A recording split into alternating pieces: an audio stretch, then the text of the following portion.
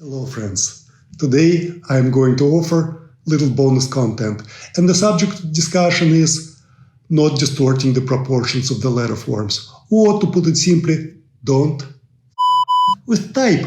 It's that simple. Don't treat letter forms like it's an accordion.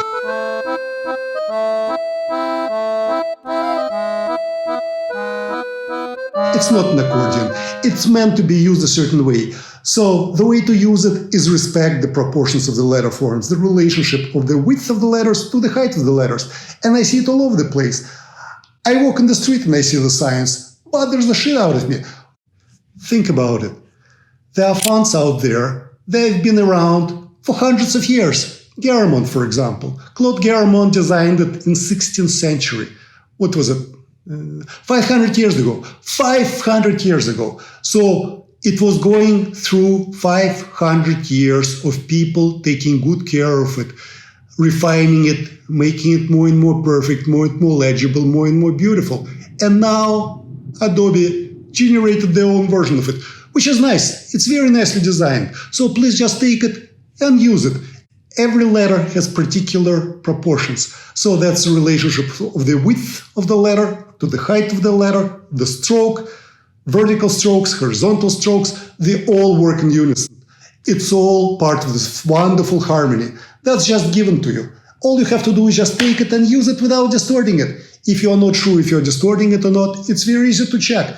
This is where you check it. In any kind of Adobe software, there's this box. It should be set on 100%. 100% width, 100% height. If there's anything different than 100% in any of those boxes, just change it back to 100. If you can't fit a lot of type into a tight spot, what do? You just use a different font. Just take a font that's condensed. That's why it's designed a certain way. For example, Interstate, they designed that font for all the road signage in this country. So some street names are long, some street names are short. So how do you sort it out? You just use different versions of that font. Some condensed, some extended, some thick, some thin. Plenty of options to choose from. But taking Helvetica and just squeezing it is not an option.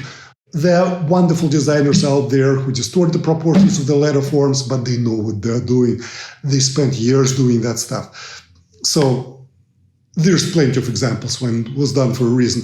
But as a beginning designer, just don't do it. That's simple. Don't do it, and you'll be okay. Happy designing, guys.